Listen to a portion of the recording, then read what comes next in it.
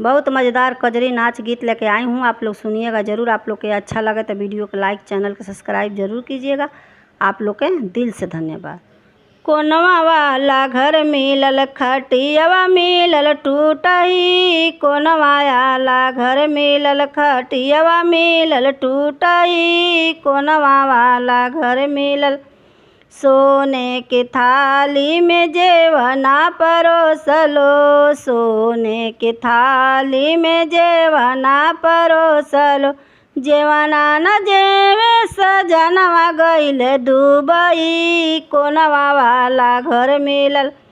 खटियावा मिलल टूटही, कोनवा वाला घर मिलल खटियावा मिलल टूटही, सोने के लोटा गंगा जल पानी, सोने के लोटा गंगा जल पानी,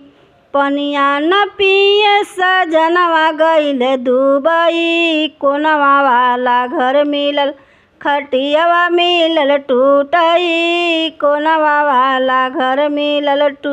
खटियावा मिलल टूटही, कोनवा वाला घर मिलल लवंग इलायची के बीरा लगवलो, लवंग इलायची के बीरा लगवलो, बीरवा न कूचे सजनवा गइल दुबई, कोनवा वाला घर मिलल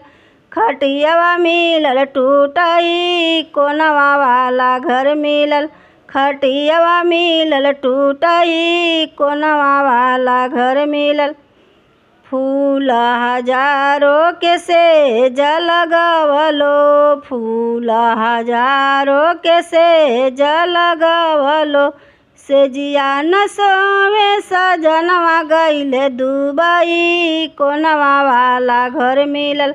खटियावा मिलल टूटही, कोनवा वाला घर मिलल खटियावा मिलल टूटही, कोनवा वाला घर मिलल खटियावा मिलल टूटही।